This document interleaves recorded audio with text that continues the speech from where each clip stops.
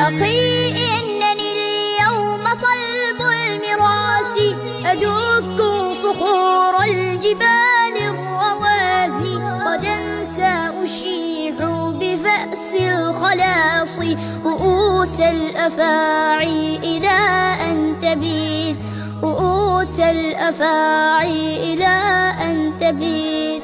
سأثأر لكن لرب ودين، وأمضي على سنتي في يقين، فإما إلى النصر فوق الأنام، وإما إلى الله في الخالدين، وإما إلى الله في الخالدين. أخي إنني ما سئمت الكفاح، ولا أنا ألقيت عني السلاح، فإن أنا مت فإني شهيد، وأنت ستمضي بنصر مجيد، وأنت ستمضي بنصر مجيد.